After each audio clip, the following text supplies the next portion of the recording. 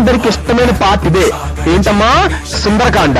ఈ సుందరకాండలోనే హనుమంతుడి యొక్క స్టోరీ కంప్లీట్ గా మనకి ఉంటది. ఈ సుందరకాండలో రామాయణంలో అత్యంత మోస్ట్ ఇంపార్టెంట్ పార్ట్ అన్నమాట. అందరూ జాగ్రత్త వినండి. ఓకేనమ్మా? ఇది ప్రధానంగా హనుమంతుడి యొక్క శక్తి, హనుమంతుడి యొక్క ధైర్యం, హనుమంతుడి యొక్క భక్తి గురించి కంప్లీట్ గా ఈ సుందరకాండ మనకి చెప్తాది. సో ఈ భాగం మొత్తం, సుందరకాండ మొత్తం అందరికి ఫేవరెట్ అయిన, అందరికి సూపర్ హీరో అయిన హనుమంతుడి యొక్క ప్రయాణం కోసం మనకి తెలుస్తుంది. ఈ సుందరకాండ శ్రీరాముడి ఆజ్ఞతో హనుమంతుడు సీతమ్మ వారిని వెతకడానికి బయలుదేరుతాడు. అప్పుడు సముద్రం మీదుగా పెద్ద ఎత్తులో దూకి లంక వైపుకు ప్రయాణిస్తాడు. మార్గ మధ్యలో చాలా మంది రాక్షసులు అడ్డుకుంటారు. వెంటనే హనుమంతుడు తన తెలివితో వాళ్ళందరినీ చంపేస్తాడు హనుమంతుడు. సో వెంటనే హనుమంతుడు ఏం చేస్తాడు? లంకలో ప్రయాణిస్తాడు. లంకకి వెళ్తాడు.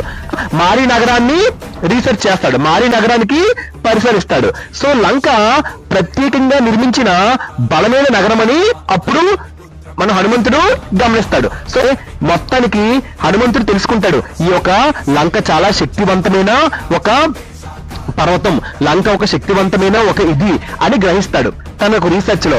అప్పుడు చివరికి మన హనుమంతుడు అశోక వాటికలో సీతమ్మను దుఃఖంగా కూర్చుని ఉందని హనుమంతుడు గ్రహిస్తాడు. వెంటనే సీతమ్మ దగ్గరికి వెళ్ళి సీతమ్మకు ఏం చెప్తాడంటే, రాముడి చేతికున్న ఉంగరాన్ని సీతమ్మ తల్లికి ఇస్తాడు. సో వెంటనే నేను రాముని భక్తుల్ని మీకోసమే బాధపడతానని చెప్పి రాముని కోసం సీతమ్మ తల్లికి చెప్తాడు. వెంటనే హనుమంతుడిని చూసిన రాక్షసులు, అక్కడ అశోక వాటికలో రాక్షసులందరూ హనుమంతుడి దగ్గరికి వచ్చి యుద్ధం చేయడానికి వస్తాడు. హనుమంతుడు తన మహాశక్తితో ఆ రాక్షసులందరినీ చంపేస్తాడు. వెంటనే రావణునితో ముఖ ఫేస్ టు ఫేస్ హనుమంతుడు వెళ్తాడు. సో రావణాసుని యొక్క సైన్యం హనుమంతుడిపై పూర్తిగా దాడి అనేది చేస్తది. మొత్తం చివరికి హనుమంతుడిని బంధించి రావణాసుడి దగ్గరికి తీసుకొని వెళ్తారు. వెంటనే హనుమంతుడు రాముని యొక్క శక్తి, రాముని గురించి రావణుడికి చాలా గొప్పగా హెచ్చరిస్తాడు. వెంటనే రాముడి కోసం గొప్పగా చెప్పగానే రావణాసుడు కోపం వచ్చి వెంటనే హనుమంతుడి తోకకి ఈ యొక్క ఫైర్ అనేది పెడతాడు. వెంటనే హనుమంతుడు చిన్న నవ్వి ఆ ఒక తోకతో మొత్తం అశోకవనంలో లంకా నగరం మొత్తం తగలబెట్టేస్తాడు. సో చిన్న నిప్పుర వంటించి లంక అంతా తగలబెట్టగానే హనుమంతుడు పెద్ద పరిమాణంలోకి మారి తన మండుతున్న తోకతో లంకా నగరాన్ని మొత్తం దహనం చేసేస్తాడు. సో భక్తి, శక్తి, ధైర్యం ఆ మూడు కలిస్తే ఎవరమ్మా? హనుమంతుడు ఒక్కడే వెళ్ళి లంకా నగరాన్ని చంపేసి సీతాదేవిని తెచ్చిగలడు. కానీ సీతాదేవి ఏమంటది?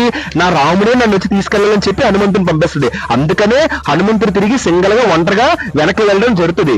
సో సీతాదేవి అక్కడే నన్ను మీరు తీసుకెళ్లిపోండి, నాకు ఇక్కడ ఉండడం ఇష్టం లేదు అని చెప్తే రావణాసుని చంపడం హనుమంతుడికి అంత సింపుల్ థింగ్ అది. ఎందుకంటే అంత శక్తిశాలి హనుమంతుడు. సో ఎలాంటి కష్టమైనా పనైనా ఎలాంటి థింగైనా హనుమంతుడు చేసేయగలడు. సో ధర్మం చివరికి ఎప్పుడు గెలుస్తుంది అని ఎప్పుడు కూడా హనుమంతుడు నమ్ముతాడు. సో ఎటో ధర్మ అటో హనుమ, ఎటో హనుమ అటో విజయం. ఓకేనమ్మా? సో దీంతో మనకి సుందరకాండ అనేది అయిపోద్ది. So last and final part